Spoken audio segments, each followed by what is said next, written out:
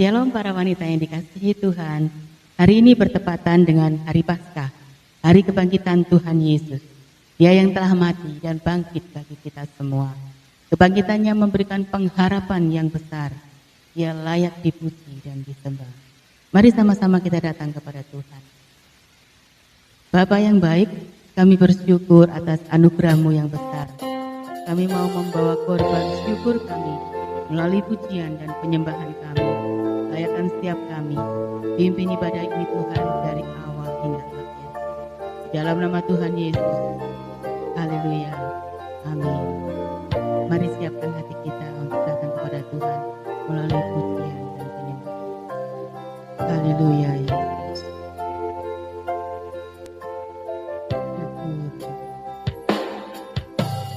Saat ku masuk ke hadirat-Mu, bawa persembahan ke tempat kudus-Mu, pujian tunaikan sembahku berikan bagi-Mu Allah yang mulia. Kau layakkan-Ku menghampiri-Mu, melihat tata kemuliaan-Mu Tuhan. Pujian tunaikan sembahku berikan bagi-Mu Allah yang mulia.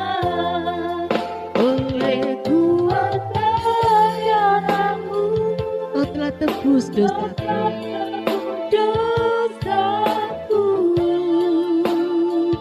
Kekudusan-Mu melingkupiku, kasih-Mu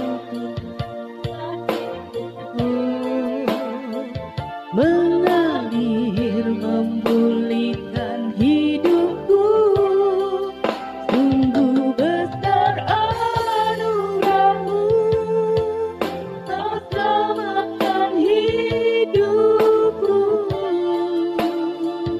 Ku menjadi ciptaan yang baru oleh kuasa darah-Mu.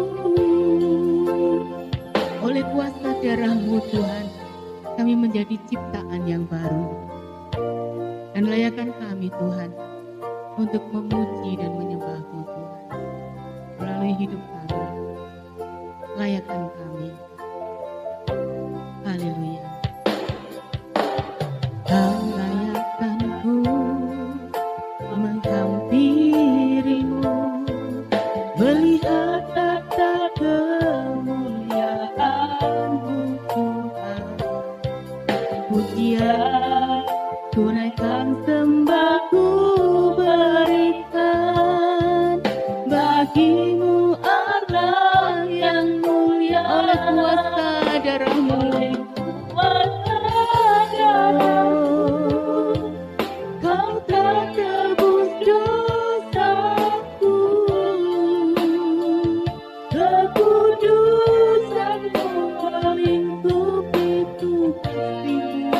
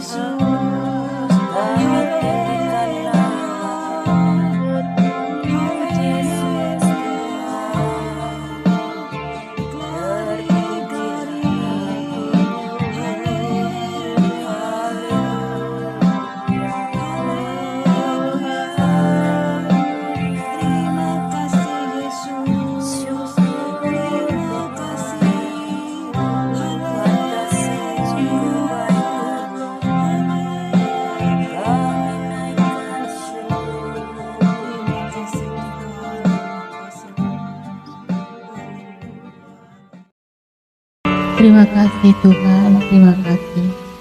Terima kasih Tuhan. Kami siap memuji Tuhan. Dan siap memuji Tuhan, katakan amin. Mari rayakan kebangkitannya dengan bersorak dan menyanyi bagi Dia lebih lagi. Karena Allah kita hidup dan bangkit untuk kita semua. Haleluya. Sama-sama, gerakkanlah kekuatan-Mu ya Allah. Tunjukkanlah kuasa-Mu ya Tuhan. Serahkan musuh-Mu, selamatkanlah umat-Mu. Allah dahsyat di tempat kudus-Nya. Allah bangkit, bersoraklah, hai Allah bangkit, bernyanyilah. Musuh dikalahkan, umatnya dibebaskan. Allah dahsyat di tempat kudus-Nya. Allah bangkit, bersoraklah, hai Allah bangkit, bernyanyilah. Musuh dikalahkan, umatnya dibebaskan. Allah dahsyat di tempat kudus-Nya. Allah bangkit, bersoraklah, hai Allah bangkit, bernyanyilah. Musuh dikalahkan, umatnya dibebaskan. Allah dahsyat di tempat kudus-Nya. Allah dahsyat di tempat kudus-Nya. Allah dahsyat di tempat kudus-Nya. Haleluya, Engkau dahsyat, kuasa kebangkitan-Mu memulihkan hidup kami. Kasih-Mu yang besar dan pengorbanan-Mu yang sempurna melayakkan kami untuk menyembah Engkau.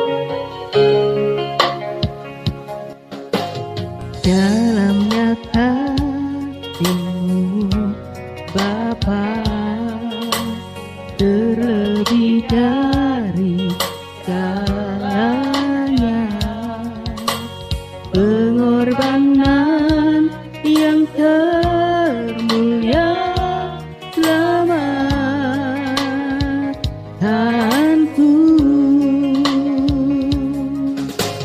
Dengan darah yang tercurah, ampuniku atas dosa. Ku bersujud kepadamu, oh Yesusku.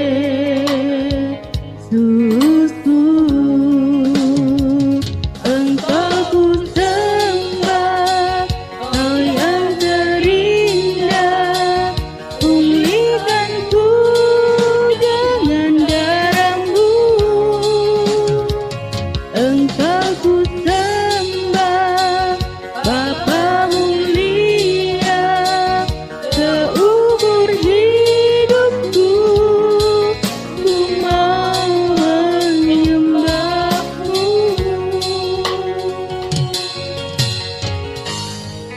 Inilah pernyataan iman kami Tuhan.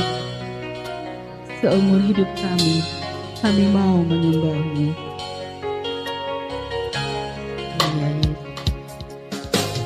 Dengan darah yang tercurah, ampuniku atas dosa. Ku bersujud kepadamu, oh Yesusku.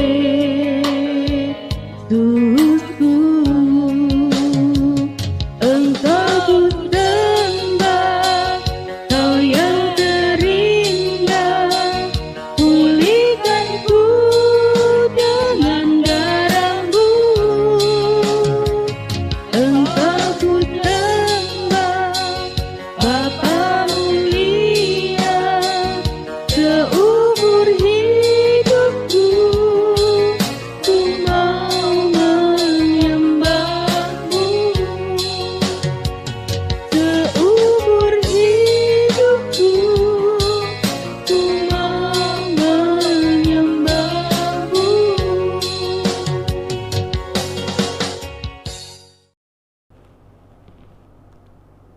Shalom wanita-wanita yang dikasihi Tuhan. Selamat Paskah 2021. Sekalipun pada Paskah 2021 kita masih di dalam kondisi pandemi COVID-19, tetapi itu tidak akan membuat kita kehilangan pengharapan. Karena lewat Paskah kita tahu kubur itu telah kosong. Artinya ada pengharapan bagi saya dan saudara, karena Tuhan kita hidup dan berkuasa. Haleluya. Karena itu, mari kita akan sambut Paskah 2021 dengan hidup yang penuh pengharapan. Mari kita akan berdoa lebih dulu bersama-sama sebelum kita menyambut kebenaran firman hari ini. Mari kita akan berdoa. Bapa, di dalam nama Tuhan Yesus, sungguh kami sangat bersyukur untuk kesempatan yang Tuhan sudah berikan bagi kami hari ini, untuk kami bersama-sama belajar kebenaran firman. Kiranya Tuhan, lebih dulu Engkau memberkati para pelayan-Mu yang begitu luar biasa tadi, yang sudah melayani kami dalam pujian dan penyembahan, dan terus mengingatkan kami bahwa Engkau telah bangkit, Engkau hidup, Engkau bersama-sama dengan kami, dan sepatutnya kami bersungguh-sungguh dalam setiap peribadatan kami. Terima kasih Tuhan Yesus, kami bersyukur padamu. Kami akan bersama-sama datang kepadamu Tuhan. Berkati para pelayan-Mu sekali lagi, dan berkati kami semuanya yang akan mendengarkan firman-Mu. Urapi kami dengan Roh Kudus-Mu, terangi kami dengan cahaya firman-Mu. Terima kasih Tuhan, biarlah firman-Mu menjadi bekal kehidupan kami. Dalam nama Tuhan Yesus Kristus, haleluya. Amin. Puji Tuhan. Wanita yang dikasihi Tuhan, pada saat kemarin di Paskah Umum GBT Mojokerto, saya membawakan sebuah tema, kebangkitan Kristus membawa pengharapan. Tema ini terambil dari 1 Petrus pasal pertama ayat yang ketiga, di mana dalam 1 Petrus pasal pertama ayat yang ketiga dikatakan, Yesus bangkit dari antara orang mati dengan sebuah tujuan, yaitu supaya saudara dan saya dilahirkan baru menjadi hidup yang penuh pengharapan. Dia bangkit dari antara orang mati, sekali lagi, untuk membuat kita lahir baru menjadi kehidupan yang penuh pengharapan. Bagaimana? Apakah hidup kita sudah penuh dengan pengharapan? Kata pengharapan di sini dalam bahasa asli, bahasa Yunani, ditulis dengan kata elpis. Elpis ini berarti suatu keyakinan, suatu kepercayaan bahwa hal baik akan terjadi nantinya. Elpis adalah suatu keyakinan, kepercayaan bahwa hal baik akan terjadi nantinya. Dan sebagai orang percaya, kita percaya hal baik akan terjadi nantinya karena Tuhan yang menjaminnya. Amin. Kita percaya bahwa Tuhan kita selalu ingin yang terbaik bagi kita. Nah, wanita-wanita yang dikasihi Tuhan, dan dalam kebaktian Paskah itu, saya sudah sampaikan benefit atau manfaat kalau hidup saudara dan saya menjadi kehidupan yang penuh dengan pengharapan. Benefitnya sudah saya sampaikan. Saudara akan menjadi kehidupan yang bisa sujud menyembah kepada Tuhan. Saudara akan menjadi kehidupan yang hidupnya penuh dengan sukacita. Saudara akan menjadi kehidupan yang sibuk memuliakan Tuhan, bukan egois. Dan saudara akan menjadi kehidupan yang berkenan di hadapan Tuhan. Karena itu hari ini, wanita yang dikasihi Tuhan, secara khusus saya ingin ajak kita belajar tentang bagaimana wanita yang penuh dengan pengharapan. Bagaimana wanita yang penuh dengan pengharapan dalam 3 fase kehidupannya.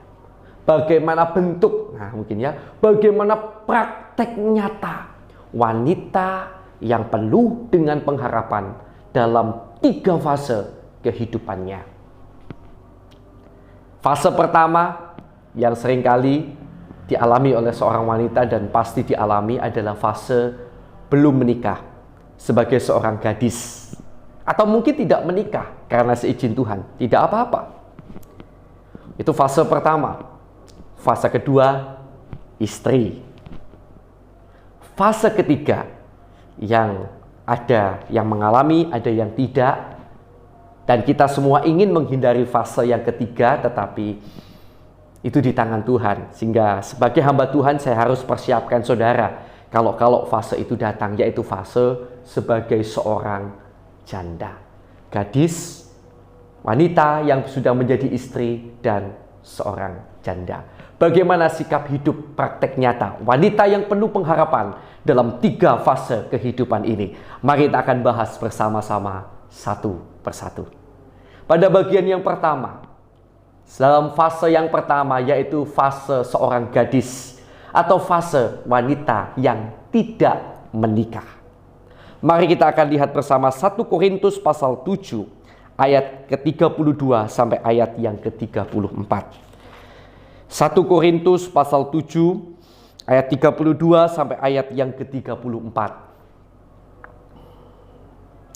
Saya akan bacakan bagi kita semua. Aku ingin, Rasul Paulus ingin supaya kamu, yaitu jemaat, hidup tanpa kekhawatiran. Orang yang tidak beristri memusatkan perhatiannya pada perkara Tuhan, bagaimana Tuhan berkenan kepadanya.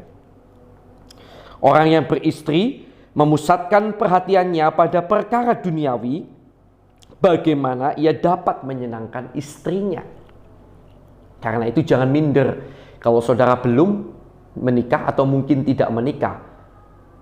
Berbahagialah saudara bisa hidup tanpa kekhawatiran yang berlebihan. Saudara bisa lebih fokus terhadap Tuhan.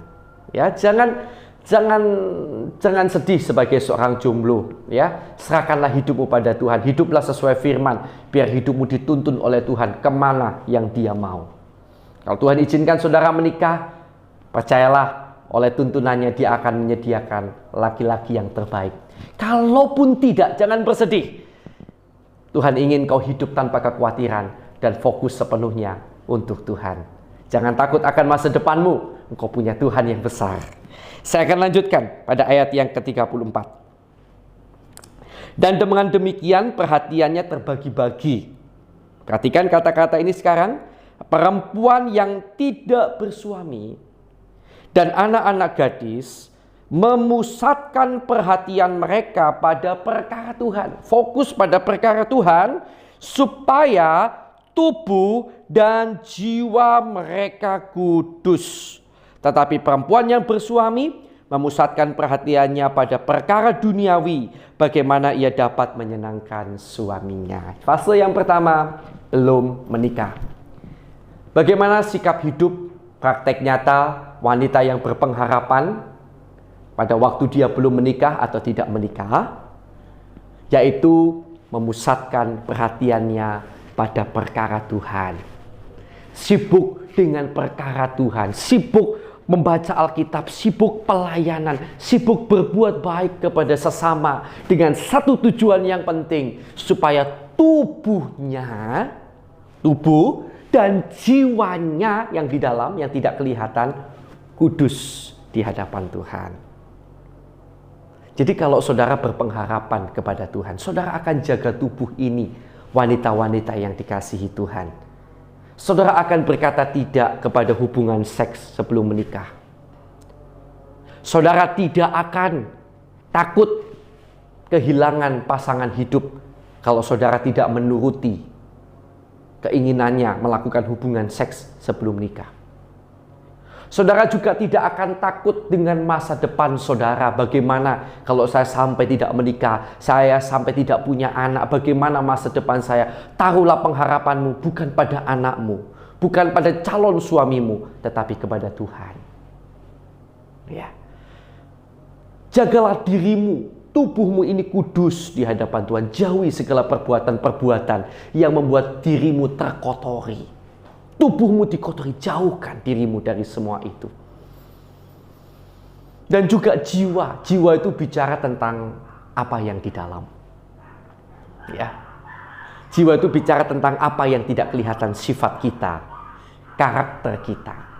Jagalah supaya kudus, artinya terpisah dari dosa, dari dunia ini.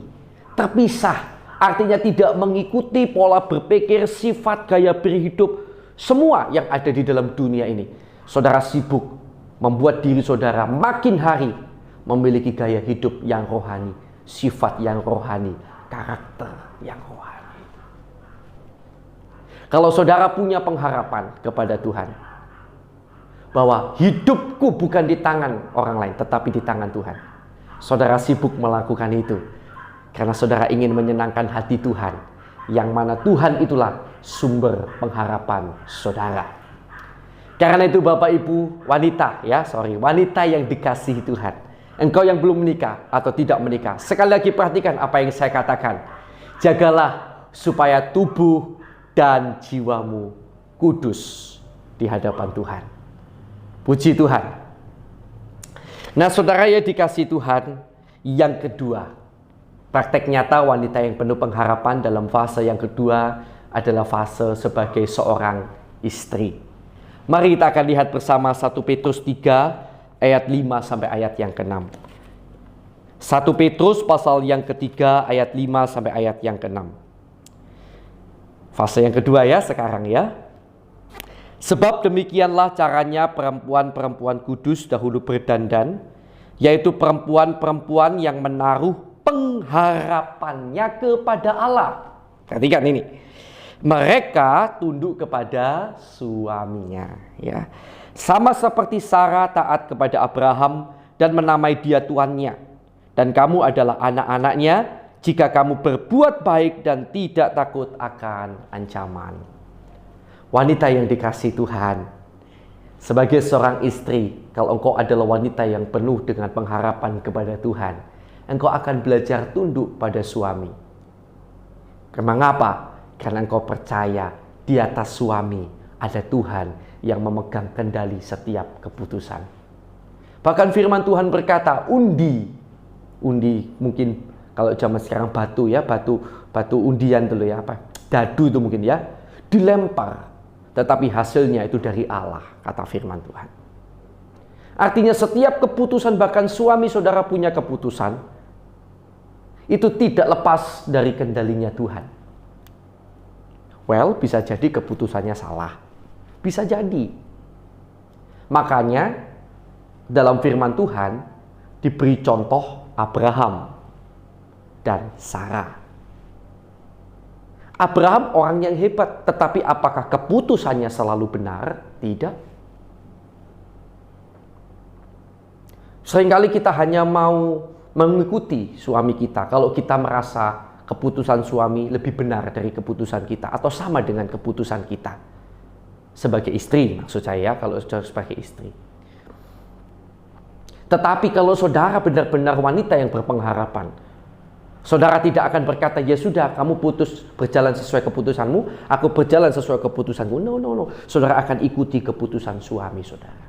Kecuali keputusan suami saudara berkata, ayo tinggalkan Tuhan Yesus. Nah itu beda cerita. Itu ada satu pengajaran yang mendalam yang perlu diteliti ulang. Dalam arti, dalam hal ini saudara boleh berkata tidak.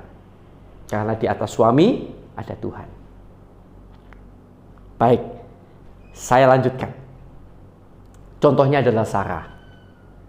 Pada waktu Abraham mengajak Sarah keluar dari Ur, saudara bisa bayangkan nggak wanita-wanita jadi Sarah hidup sudah enak. Mungkin di rumah. Ur waktu itu kota atau daerah yang cukup maju. Sedangkan daerah yang akan dituju oleh Abraham termasuk daerah primitif. Daerah yang tidak diketahui peradabannya. Waktu Abraham dalam kondisi kaya, kondisi sudah enak di Ur, meninggalkan Ur pergi ke tempat yang disuruh Tuhan.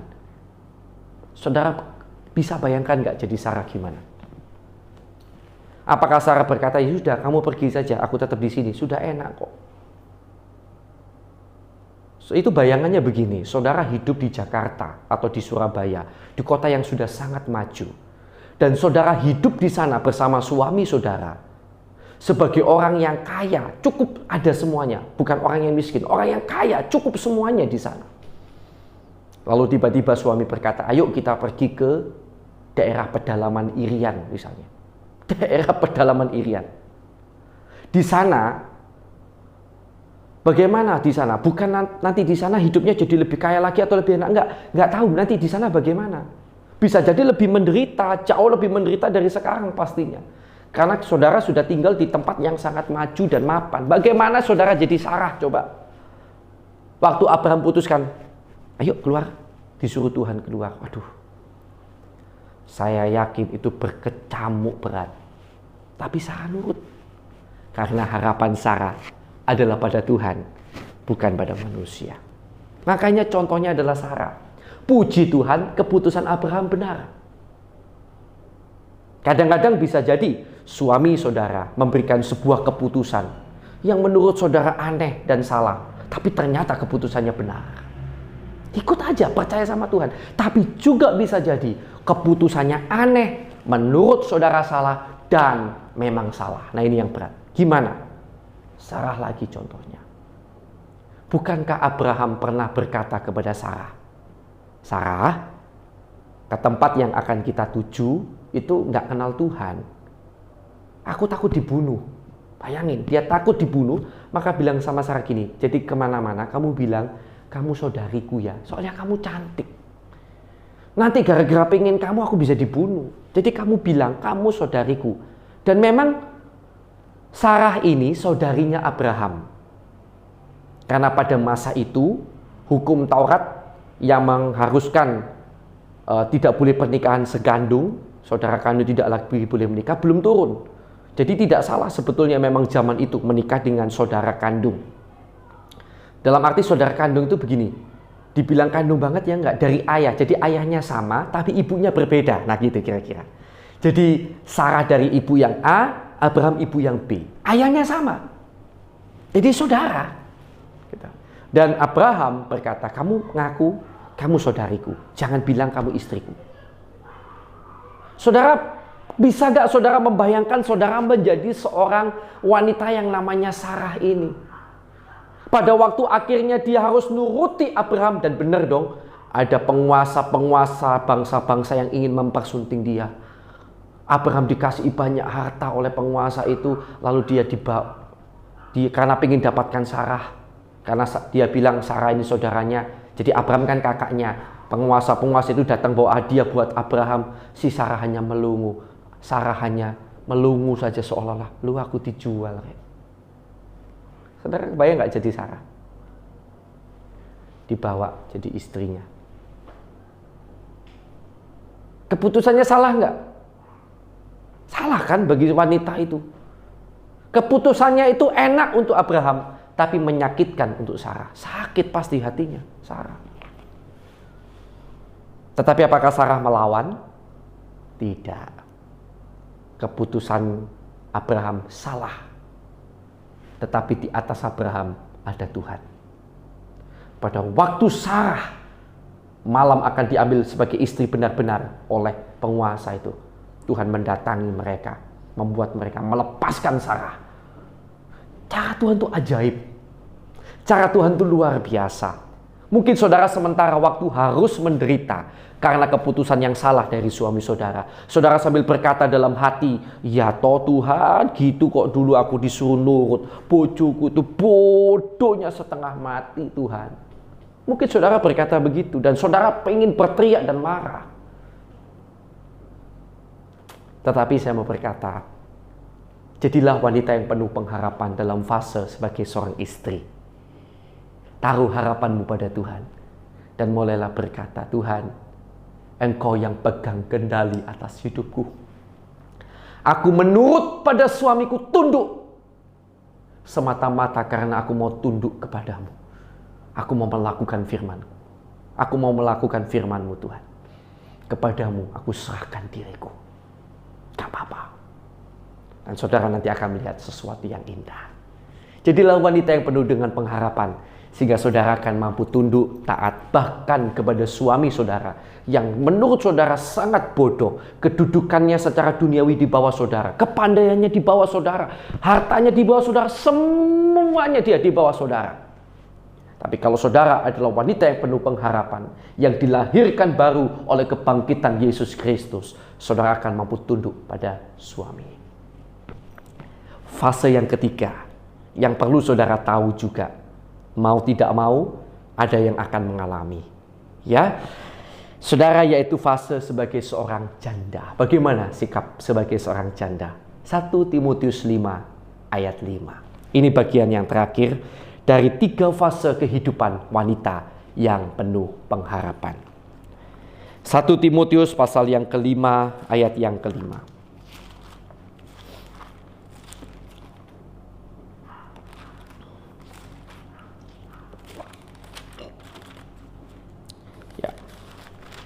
Puji Tuhan.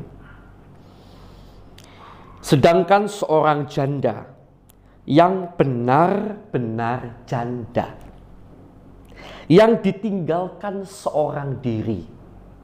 Jadi seolah-olah saudara itu tidak punya siapa-siapa apalagi. Apa kata firman Tuhan? Menaruh harapannya kepada Allah dan bertekun dalam permohonan dan doa siang malam. Puji Tuhan. Kalau saudara menjadi seorang janda, isi hidupmu dengan berdoa syafaat siang malam di hadapan Tuhan. Mungkin kau merasa hari ini kau janda tanpa siapapun. Anakmu meninggalkan engkau, suamimu meninggalkan engkau. Tapi Tuhan tidak pernah meninggalkan engkau. Kalau engkau adalah wanita yang penuh pengharapan, engkau tidak depresi. Tetapi engkau dengan penuh bersemangat. Engkau menjalani kehidupan sambil terus datang dalam doa dan permohonan kepada Tuhan. Wanita-wanita yang dikasihi Tuhan. Saya sempat membaca. Coba saya baca lagi dalam hal kalau janda-janda itu ya, nggak benar-benar artinya ada seorang anak ya. Kalau tidak salah di sana dikatakan kalau janda itu punya keluarga masih belum tinggalkan, bimbing keluarganya supaya menjadi kehidupan keluarga yang cinta kepada Tuhan. Ya. Nah, jadi wanita-wanita yang dikasihi Tuhan, dalam 3 fase kehidupan saudara, kalaupun saudara hari ini janda sekali lagi, jangan depresi, jangan menjadi orang yang ingin dikasihani. Santai saja jalani hidup. Banyak-banyak doa. Banyak-banyak bermohon pada Tuhan. Kalau engkau masih punya cucu, masih punya anak, bimbinglah mereka menjadi kehidupan yang cinta Tuhan. Kehidupan yang menyenangkan hati Tuhan. Itulah wanita yang penuh dengan pengharapan. Di dalam Alkitab ada seorang janda yang hidupnya penuh pengharapan pada Allah. Kita akan lihat bersama bagian yang terakhir, yaitu tentang seorang wanita yang bernama Hana. Ya, tiba-tiba saya ingat Hana. Nah, ini dia, Lukas pasal yang kedua. Lukas pasal yang kedua ayat 36. Ya, puji Tuhan. Kita lihat sedikit. Lagi pula di situ ada seorang Hana. Lagi pula di situ ada Hana, seorang nabi perempuan, anak Fanuel dari suku Asyer. Ia sudah sangat lanjut umurnya. Sesudah kawin, ia hidup 7 tahun lamanya bersama suaminya. Dan sekarang ia janda dan berumur 84 tahun. Ia tidak pernah meninggalkan bait Allah dan siang malam beribadah, puji Tuhan, dengan berpuasa dan berdoa. Dan pada ketika itu juga datanglah ia ke situ dan mengucap syukur kepada Allah dan berbicara tentang anak itu, yaitu Yesus, kepada semua orang yang menantikan kelepasan untuk Yerusalem. Hana, janda yang melakukan firman, berpengharapan pada Allah, hidupnya dihabiskan untuk berdoa dan bermohon kepada Allah. Maka dia mendapatkan kesempatan pernyataan tentang Sang Juru Selamat. Bahkan dia mendapat kesempatan melihat Sang Juru Selamat. Wanita-wanita yang dikasihi Tuhan, saya percaya kalau sebagai wanita dalam 3 fase kehidupan saudara, saudara menjalaninya dengan penuh pengharapan kepada Tuhan. Ada sesuatu yang indah akan menanti wanita-wanita yang dikasihi Tuhan. Kalau saudara menjalani hidup saudara dengan penuh pengharapan, maka hidup saudara akan selalu penuh dengan pujian dan penyembahan kepada Tuhan. Kalau dalam setiap fase kehidupan saudara, saudara jalani dengan penuh pengharapan, saudara akan penuh dengan sukacita. Saudara akan penuh dengan kehidupan jadi kehidupan yang memuliakan Tuhan, bisa memuliakan Tuhan selalu. Tidak egois, dan saudara akan berkenan di mata pemandangan Tuhan. Tahun 2021, Paskah 2021, ingat pesan saya, jadilah wanita yang berpengharapan dalam setiap musim fase kehidupan saudara. Baik sebagai seorang anak gadis, atau orang yang tidak menikah, istri, ataupun kalau seizin Tuhan, ya semoga tidak ada yang begitu ya, jadi janda. Jadilah wanita yang penuh dengan pengharapan. Tuhan Yesus memberkati kita semuanya. Semoga renungan hari ini memberkati kita semuanya. Mari kita akan datang bersama kepada Tuhan. Terima kasih Tuhan, kami bersyukur padamu buat kesempatan hari ini.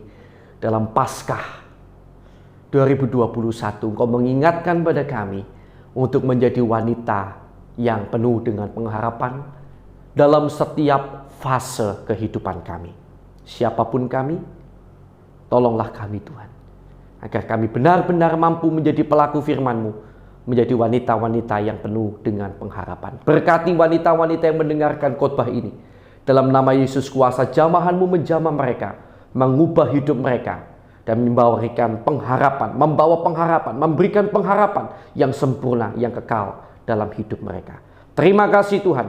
Dalam nama Tuhan Yesus, kami sudah berdoa dan kami mengucap syukur. Dan kami berdoa di dalam nama Yesus, kiranya Tuhan memberkati kami semuanya. Wanita-wanita yang dikasihi Tuhan, kiranya Tuhan Allah kita memberkati kita sekalian dengan kasih yang daripada Allah Bapa, cinta kasih dari Tuhan Yesus Kristus, berkat dari Allah Bapa dan persekutuan dari Allah Roh Kudus, kiranya menyertai kita sekalian sampai selama-lamanya.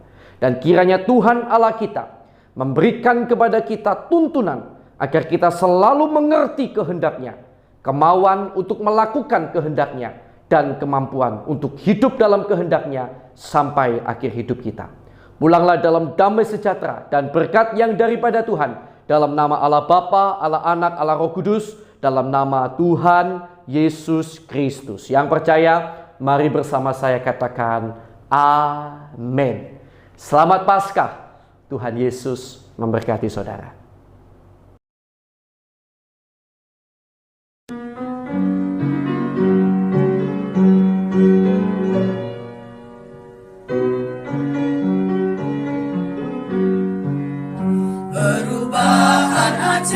Terjadi padaku sejak Yesus di hatiku.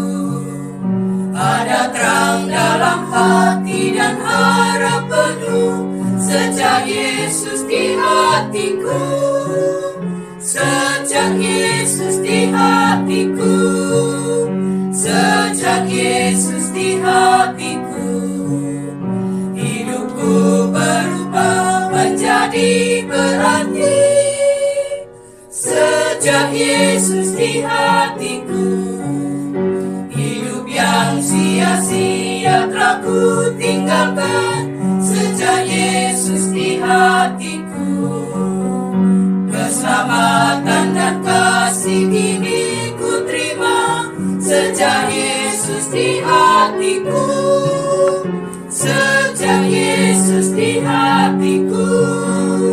Sejak Yesus di hatiku. Hidupku berubah menjadi berarti sejak Yesus di hatiku. Sekarang ku melangkah dengan sukacita sejak Yesus di hatiku. keraguan dalam pengharapan sejak Yesus di hatiku. Sejak Yesus di hatiku. Sejak Yesus di hatiku. Hidupku berubah menjadi berarti. Sejak Yesus di hatiku.